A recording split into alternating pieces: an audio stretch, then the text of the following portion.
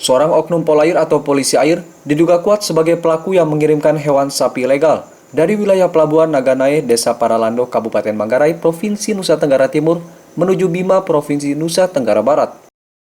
Pengiriman sapi tanpa dilengkapi dokumen izin resmi itu terungkap setelah 2 kapal pengangkut sapi ilegal dari Pelabuhan Naganae diamankan TNI Angkatan Laut bersama Badan Intelijen Negara di perairan Bontobim, Provinsi Nusa Tenggara Barat pada Jumat 12 Februari 2021 lalu. Pejabat sementara Kepala Desa Paralando, Paulus Harto mengungkapkan, selama ini Pelabuhan Naganae kerap kali digunakan sebagai lokasi pengangkut sapi ilegal antar pulau. Nah, ini kan tempat penampungan sapi. Ya.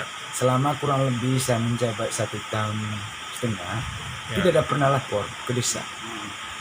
Itu tidak tahu yang menangani itu siapa. Yang menangani sapi itu yang diviral. Jadi saya panggil sama ini kan, mungkin saya panggil di kantor atas masukan karena ada isu bahwa ini kan ilegal gitu. Sehingga saya panggil untuk tanya surat keterangan, surat izin.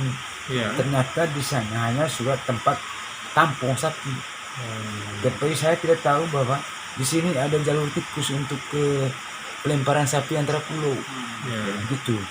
Pemilik tanah sebagai tempat penampungan sapi, Haji Mustagi Puna mengungkapkan, lahan miliknya digunakan sebagai kandang sapi dan telah dikontrakkan oleh Yans, seorang anggota polisi air yang bertugas di Kecamatan Reok, Kabupaten Manggarai, Nusa Tenggara Timur.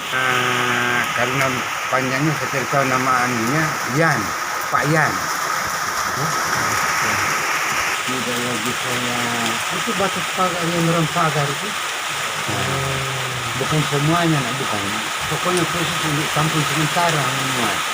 Semua sapi-sapi di sini. Sistem pembayarannya gimana? Kalau perjanjian saya dalam per tahun, 1 tahun 2.500.000. Polair yang bertugas di Kecamatan Reok membantah dugaan keterlibatannya dalam bisnis pengiriman sapi ilegal di Pelabuhan Naganae, Desa Paralando. Jadi masalah itu mungkin hanya teman-teman mau mengait-ngaitkan terhadap saya. Jadi memang kan di Naganae itu kebetulan kan ada kandang tampungnya atas nama CPD Krani Jaya. Yang notabene kan direkturisnya kan istri saya. Ya. Seperti itu. Artinya ya memang kalau keterkaitan dengan saya pas kebetulan juga, dan memang selama kegiatan saya memang bukan tidak mau tahu, memang saya mau melepaskan diri dari kegiatan itu karena memang saya tahu konsekuensinya. Saya ini kan anggota. Siap. Kegiatan dengan namanya usaha itu kan Pak Kapolri sudah menegaskan memang bahwa kita tidak boleh ada keterkaitan dengan bisnis, walaupun itu istrinya. Gitu. Apalagi yang saya khawatirkan bagian kemarin, anak-anak di lapangan, setelah saya tanya ulang-ulang jangan sampai kan anak-anak yang saya suruh tugaskan dalam hal ini, ibu punya karyawan-karyawan di lapangan kan bermain, jangan sampai itu. Jadi ibu tanya ulang-ulang juga, ternyata kan pemuatan itu kan hampir sama dengan dokumen yang ada. Walaupun memang setelah saya sekarang dikasih konfirmasi dari dinas terkait untuk di Naganae tidak boleh dulu dimuat sampai pelabuhan itu resmi jadi pelabuhan rakyat. Jadi kemudian artinya pengurusan dokumen dalam hal ini begini. Istri saya kan mau jalan ke kantor kemana kan otomatis saya ngantar. Gitu kan. Apalagi bukan ada anak kecil. Mungkin itu yang disebut kata keterlibatan saya pembuatan dokumen. Karena begini sebenarnya. Sekarang kan kalau saya pun buat dokumen, kalau istri saya tidak tanda tangannya sebagai direktur kan tidak bisa.